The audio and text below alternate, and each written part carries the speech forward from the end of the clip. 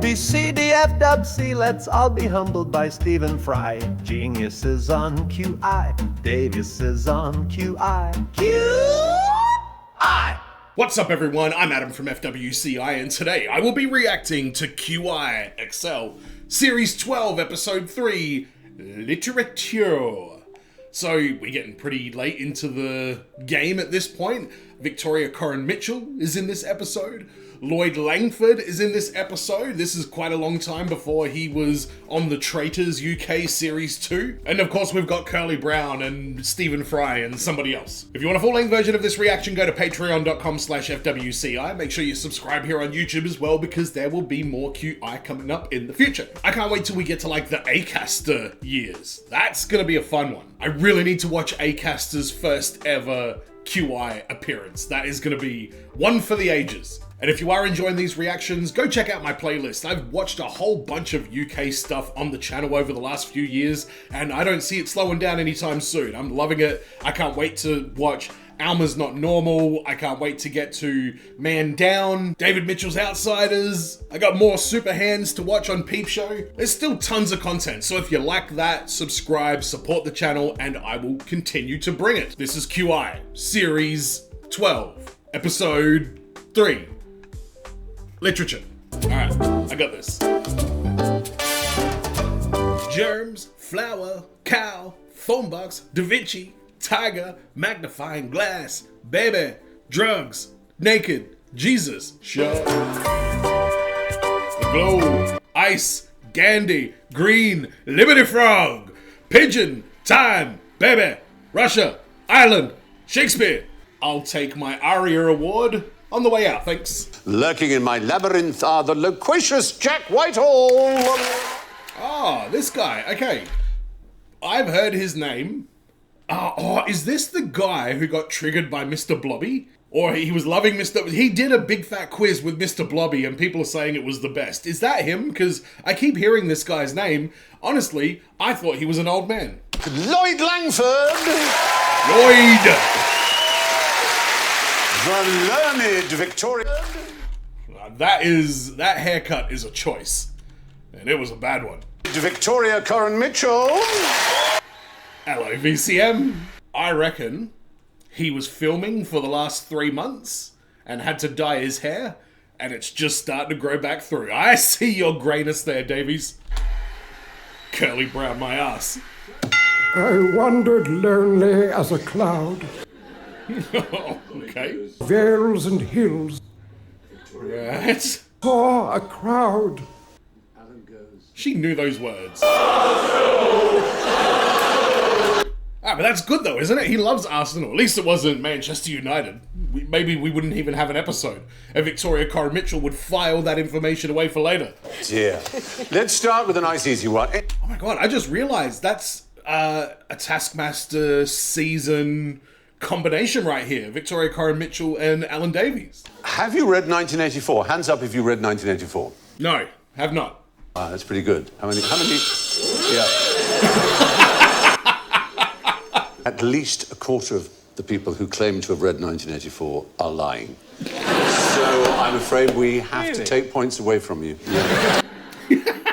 But I kind of felt I didn't need to, which is an appalling thing to say. Oh, it's terribly good, Stephen. Well, I kind of... What is this about? I think someone has brought this up on Taskmaster at some point, and I was miffed about it then, and then people probably explained it in the comments, and I don't remember. Book. What is it about? Written by George Orwell. Yeah. A totalitarian government and its themes of using media manipulation and advanced technology to control people. And I'll be honest now, I have never read The Hungry Caterpillar.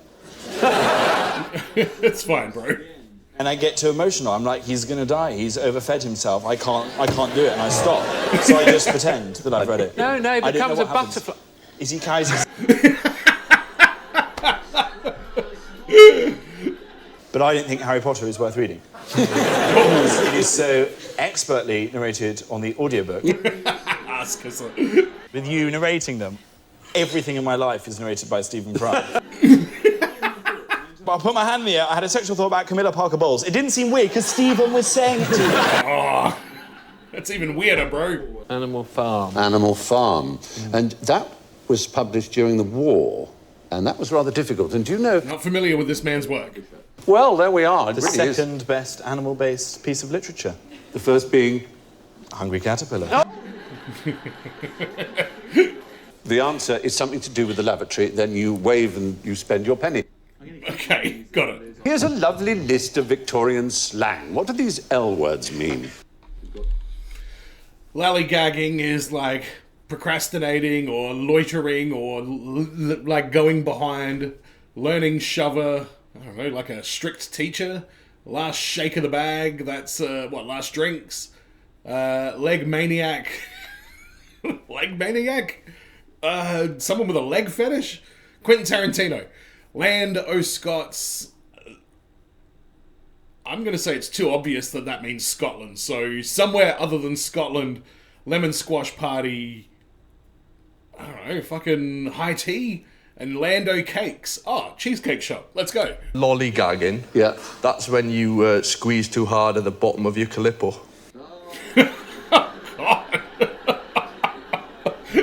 Lloyd. Deal with it all. What do you do? Do you bite it off? You lollygag. Yeah, that's exactly what he's saying.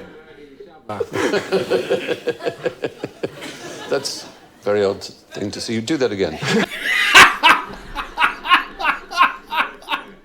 Do that again. It's one of those people whose leg twitches when they're sitting in a chair. It would be a good name for them. I used to do that terribly as a teenager, just the end this band. What they're talking about right there with like the people that have like a nervous thing to like bounce their foot constantly. I was doing that underneath my desk at a place that I was working, and exactly where I was sitting was on like a beam, and there was a lady who sat maybe like 10 feet away from me, and she was like, she found out that I was doing that, and as a result, it was shaking the beam, I guess, in the floor, and her computer screen on the other side, like 10 feet away, was like would like shake for no reason. She was getting like really upset about it because there was no explanation for it. Then they found out that it was me, and I felt incredibly bad. And ever since then, I don't think I've ever really had that twitch as a habit, because I felt really bad because there was like months of her not having an explanation as to why her computer screen. And if I was in her situation, that would piss me the fuck off. But Land of Scots, you'd think would be Scotland. It isn't. It's actually heaven. Go figure. Oh, okay. It's very hard to guess, actually. You either know it or you don't, really. It means to flirt, Jack. Oh, it does? I look back at it, and to be honest, I looked desperate for your affection.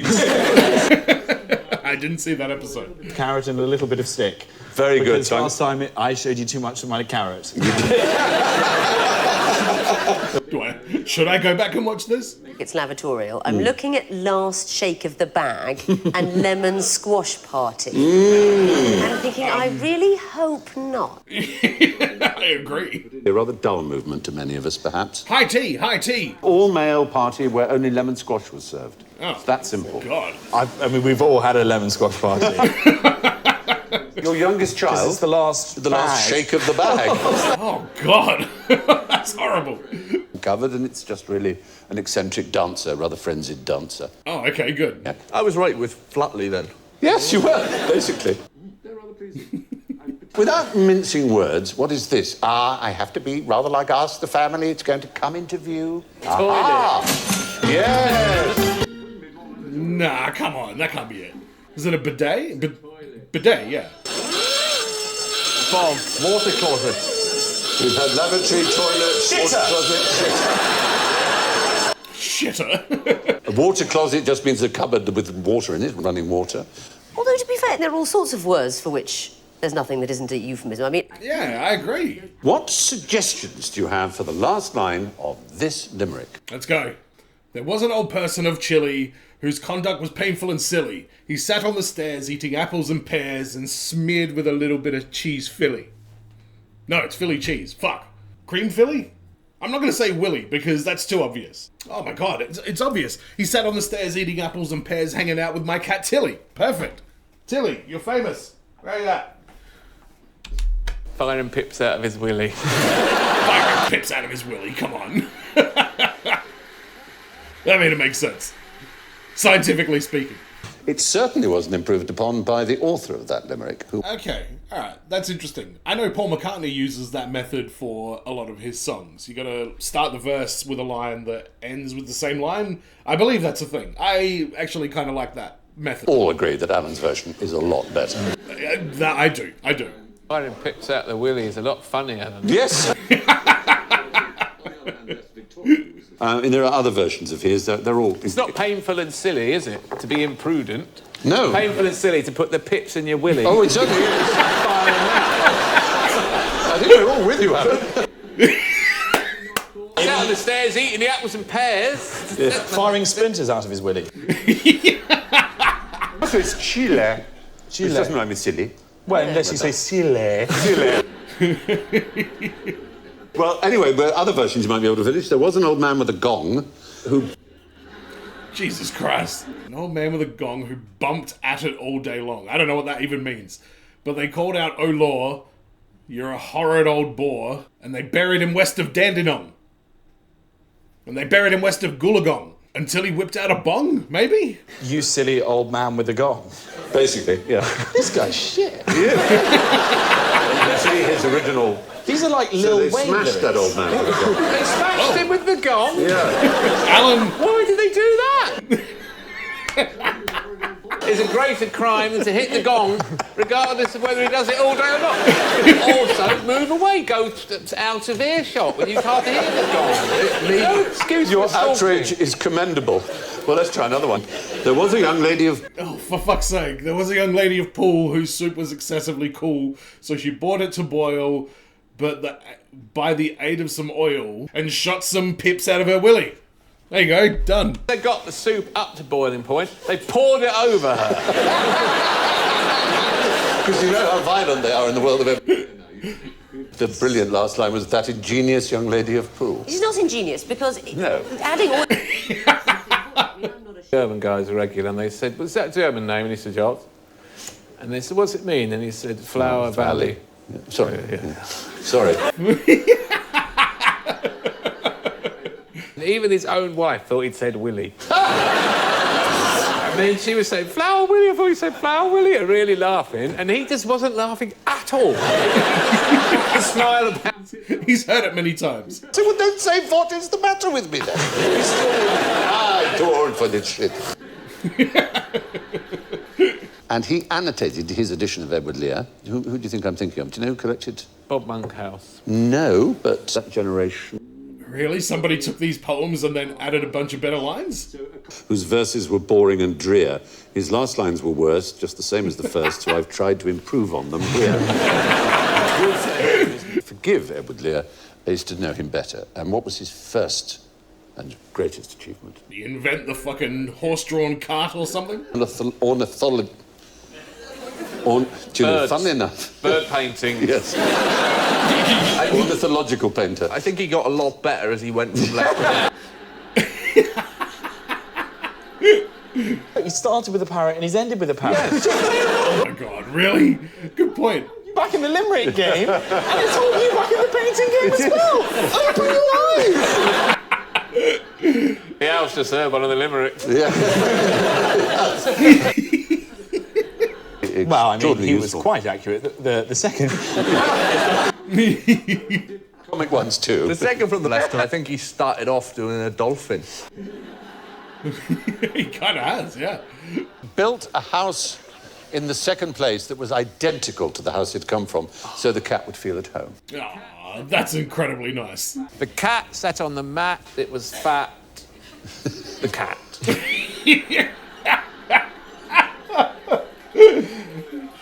I gotta say, Lear is taking an absolute beating in this episode.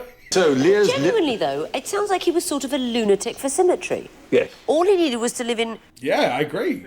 You know, I've sort of done this for the cat, but secretly he's thinking, well, I know where the toilet is. What kind of logical reasoning did Sherlock Holmes use? L for logic there. Oh, deduction? That's not correct. Levatorial reasoning. Take me through levatorial reasoning. when you go to the loo, it unclogs your body and your mind. Go and drop the kids off at the pool and come back to it. Because it does. You sit on the loo, you think, right, what's the task going to be like? How am I going to... I mean, it probably does work, but you don't have to go and shit every time. You can probably just step away from the task and then come back with a fresh perspective. If your children alone at a swimming pool. That was a horrible metaphor. Hell, Alan. I mean, Stephen. I thought a bit young to have children you could just drop off at the pool. That means that means have a pool. Yeah, what, really? Eliminate the impossible, you're left with the possible. Yes, if everything... Deduction. Is that a Jonathan Creek thing? Because he's looking pretty fucking satisfied with himself right now. Oh no! I said deduction. You're given a set of premises and the deduction is true. So if you say all humans... Yeah, isn't that what you do? Alan Davis is human. We can say that. Therefore, Alan Davis is mortal. That's just simply an absolute fact. It must be true if those two premises are true. Alan Davies is mortal. Oh my god. Lose. I saw Alan crying. Therefore, Arsenal just lost. Now, that isn't certainly true, but it's the kind of logic that Sherlock Holmes used. Not absolutely certain and definite. Uncertain logic? So that's the sort he used. Huh. Oh. There you are. So is Sherlock Holmes to investigations what Lear is to poetry then? Because that sounds like he's just accusing people based on, like, assumptions then. But I'm guessing in the stories he's always right, but that's weird as fuck. That's fantastic. You know this was painted by Edward Lear.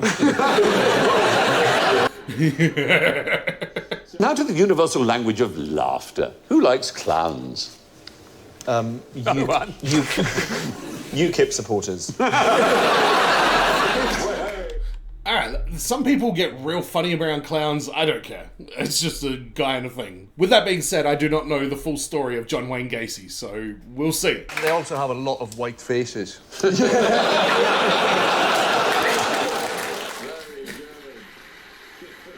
Political satire that is over my head, but I get what that is. Schmear, as it were, is pretty disturbing. And children, it's been shown, do not like them. There was a study in 2008 that showed that children were more frightened than in any way healed or smoothed or helped. 2008, you say? Yeah. How many years after it came out was that? Don't know what laughter sounds like. They just think the screams terrify children. You know, 6 foot tall with a tweed jacket, Stephen Fry, ... Or, you know, twinkly with a pert little body, Jack Whitehall. Fucking hell. Oh, I know. I'm trying to visualise a torn arm. Not good. Well, I can help with that as well. No. Oh, God. This is getting violently sexual. Joseph Grimaldi. Grimaldi is the right answer, Joseph Grimaldi. Blah, blah, blah, blah, blah. I can barely follow that one. And the doctor said, well, I suggest going to see Grimaldi. He'll cheer you up. And the guy said, I am Grimaldi. Grim all day, he said of himself, Grimaldi, but I make you laugh at night. So, good, excellent. Yo. And now, in honour of Victoria, QI does only connect. Cue music. Oh, I don't know if I've seen a full segment of Only Connect, but let's watch. The chance to do this before. Yeah. Obviously, Yeah. the Eye of Horus. Oh, obviously. Anybody else is allowed to buzz, of course, if Is they it? think they know. And the second one, Schumann theme and variations in E flat. What is happening? I thought we were talking about the Eye of Horus. What's it got to do with the Eye of Horus? You know, that's you choose. Have you never watched? No, I haven't watched. Connect. Not a whole one, no. Say. The F stands for his middle name.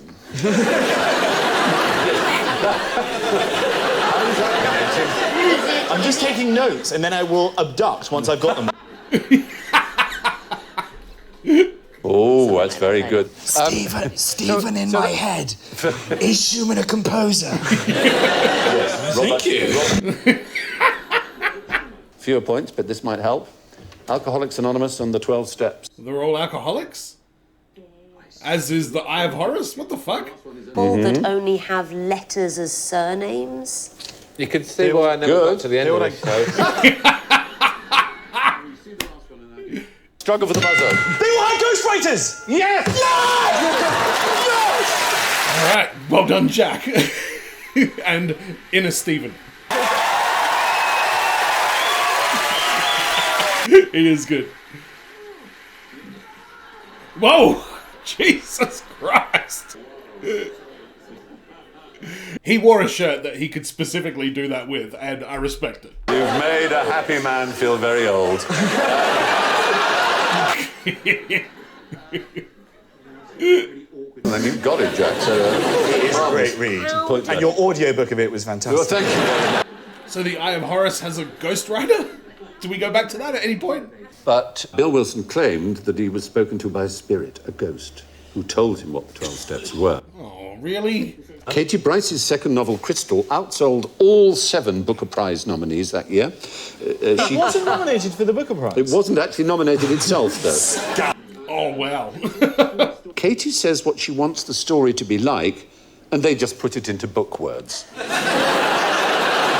Highest selling book of the year or whatever? And Ronald Reagan said of his autobiography, do you know what he said?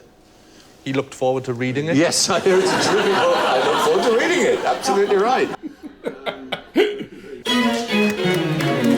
I don't know if Only Connect is for me. What did any of that have to do with the Eye of Horus? You're about to see is the longest word in literature. What do you think it means? Is it the Greek for that place in North Wales? Something little Alex Horn is probably really familiar with, is my guess. It actually means a dish of sliced fish, shark, and remnants of dogfish head, forming a pungent, sharp-tasting mixture, laserwort, a crab with drizzled honey and thrush, and a blackbird on top, a wood pigeon, a normal pigeon, a little baked chicken head, a dab chicken, another pigeon. No. Yeah, I'm with you, Davies. No, fuck off. You can't put an entire recipe into one word and say that it's a word and it's what you call something. I mean, Jesus Christ. It's like calling the Big Mac a 12 beef patty, special sauce, pickles, cheese, lettuce, onions, sesame seed bun when it's called a Big Mac. Fuck this guy. What is it? Who is he? Lear? As a matter of fact, it isn't. Yes. It was lunch first, and people extended it to luncheon because they thought it sounded smarter. Okay. Quite right. It is. I've made a whole programme about this. Until about the 18th century, the word nuncheon is used. You'll have a like nuncheon. And nuncheon has a very clear derivation. It comes from noon, as in midday, schench, which means drink. It was literally a liquid lunch, nuncheon. And it was changed, no one's quite sure why it changed to luncheon, but it did change to luncheon, and then the luncheon got dropped to lunch. 3015 fry. Oh, that was amazing. That was so tense. Let's move to less disputed areas, because I'm Or an all arm prepared. wrestle. I love that. Victoria Cara Mitchell calling Stephen Fry out saying, no. Oh, she's great. And so to the epilogue that we call general ignorance, time for fingers on buzzers. You are the ignorant one, Fry. Maybe. Pride. Oh! What was the question? What comes before a fall? Oh, yeah, pride. Oh! I mean, fuck! I knew I was going to do that. I still said it. Why did I do that? It's the book of Proverbs in the King James Bible. It says, pride goeth before destruction, and haughty spirit before a fall. Oh, okay. As damp squid. Oh, yeah, it was a bit of a damp squid. What kind of idiot would say that? I've never heard that phrase used ever before in my life. Oh, a deep-fried squid is lush, though, isn't it? Calamari. You can say that. Are you hungry, Davies? Acorns, as in from a mangling of acorns.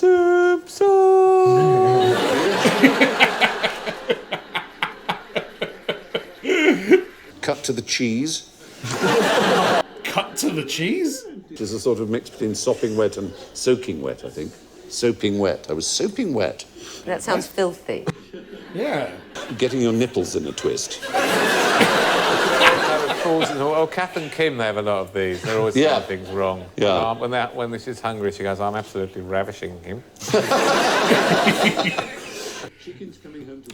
So Kath and Kim is incredibly popular, and I know those actors from what they did before Kath and Kim, but I never got into Kath and Kim. I never really found it to be that funny. They just look like bogan women that I've interacted with at points in my life. It's like, yeah, okay, and where's the joke? How would you describe a siren's tale? It's like a fish, like... In words, written. Is no one else going to play? Yeah, I know, they were just wicked for some I reason. think they were annoyed by their lack of nipples. And had himself tied with his ears open and said, no matter how much I shout and scream at you, and you can see my face saying, let me. He carried on rowing, and he was dying because he so wanted to just go where this incredible sound was coming from. But he was the only one who ever heard the siren song and survived, supposedly.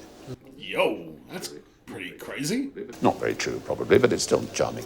Yeah, I'm gonna believe it. They were half bird. Bird? Yeah, that's right. What We Do in the Shadows has addressed this. Interesting point. I think it's because they were on the rocks by the coast, so one assumed that they had something to do with the water, but they were on land. Right, yeah. What kind of poisoning could you get from one of these here? Lead poisoning. No!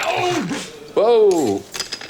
Lead poisoning, you say? Is he right? Said that. No. And that is still true today, but the pencils I've given you are pre-1970s pencils, and the paint in them contains lead. Ah. Yeah. You have to clean... I just did it again. You are an idiot. In first place, with a resoundingly clear plus... Victoria Coren Mitchell. Coren Mitchell! Can I just say, I'm in the middle of watching Peep Show at the moment, and I haven't seen a lot of David Mitchell outside of, like, Wilty and Peep Show. That's pretty much it.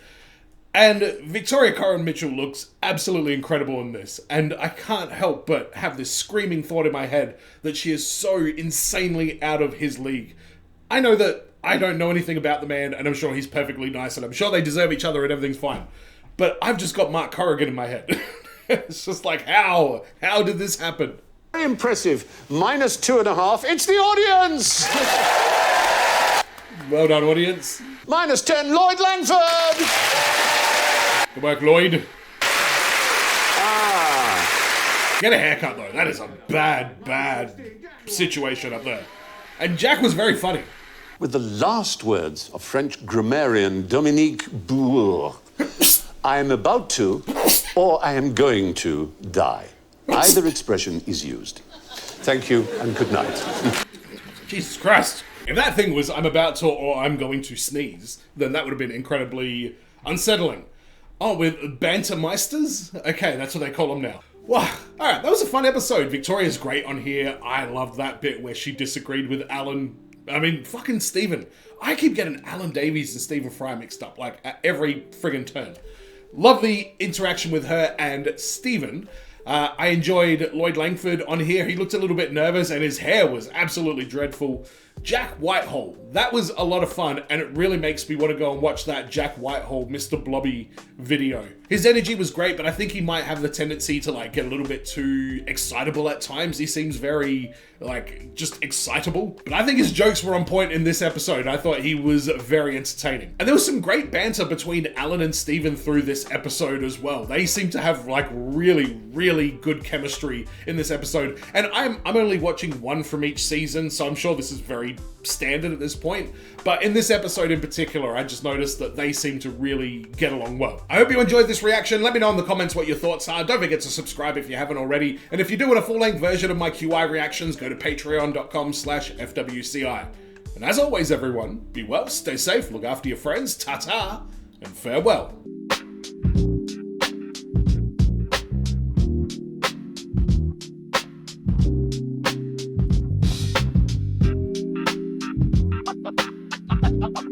Let's be humbled by Stephen Fry.